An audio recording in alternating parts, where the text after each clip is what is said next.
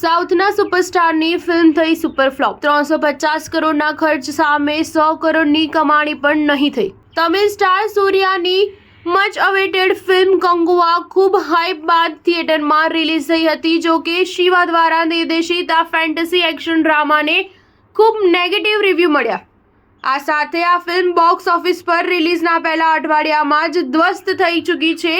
Mega બજેટની કંગુઆ ખૂબ મુશ્કેલીથી કમાણી કરી રહી છે। કંગુઆની કમાણીની વાત કરીએ તો ફિલ્મે રિલીઝના પહેલા દિવસે 24 કરોડથી ખાતું ખોલ્યું હતું। બીજા દિવસે ફિલ્મની કમાણી 9.5 કરોડ હતી। ત્રીજા દિવસે ફિલ્મને 9.85 કરોડ, ચોથા દિવસે 10.25 કરોડ, પાંચમા દિવસે 3.15 કરોડ અને છઠ્ઠા દિવસે 3.25 કરોડનું કલેક્શન હતું। હવે ફિલ્મની રિલીઝના 7મા દિવસે એટલે કે પહેલા બુધવારની કમાણીના શરૂઆતી આંકડા આવી ગયા છે। રિપોર્ટ અનુસાર કંગુઆએ રિલીઝના 7મા દિવસે 2.40 કરોડનો બિઝનેસ કર્યો છે। આ સાથે કંગુઆની 7 દિવસની કુલ કમાણી 62.40 કરોડ થઈ છે। કંગુઆની બોક્સ ઓફિસ પરફોર્મન્સ ખૂબ શરમજનક છે। આ ફિલ્મ રિલીઝના 7 દિવસોમાં લગભગ 60 કરોડની કમાણી કરી શકી છે।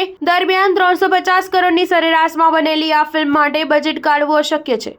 આ સાથે કંગુઆ પર ફ્લોપનો થપ્પો લાગી ગયો છે। ફિલ્મની રિલીઝ પહેલા નિર્માતા કે જ્ઞાનવેલ રાજાએ વિશ્વાસ વ્યક્ત કર્યો હતો કે કંગુઆ રેકોર્ડ તોડી દેશે અને સમગ્ર દુનિયામાં 2000 કરોડ રૂપિયાથી વધુની કમાણી કરશે। તેમણે એ પણ ભવિષ્યવાણી કરી હતી કે આ ફિલ્મ RRR, બાહુબલી અને KGF જેવી બ્લોકબસ્ટર ફિલ્મોની કેટેગરીમાં સામેલ થઈને 1000 કરોડ રૂપિયાનો આંકડો પાર કરનારી પહેલી તમિલ ફિલ્મ હશે।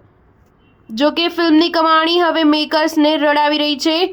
હવે આના સિક્વલ પર પણ શંકાના વાદળ ઘેરાઈ રહ્યા છે।